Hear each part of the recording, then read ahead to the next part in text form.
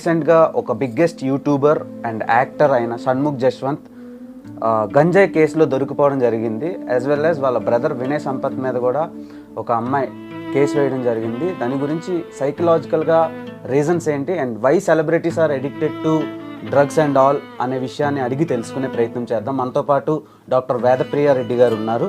So ప్రముఖ psychologist, మనందరికీ తెలిసిందే. నమస్తే మేడం. నమస్తే నాన్న. ఎలా ఉన్నారు?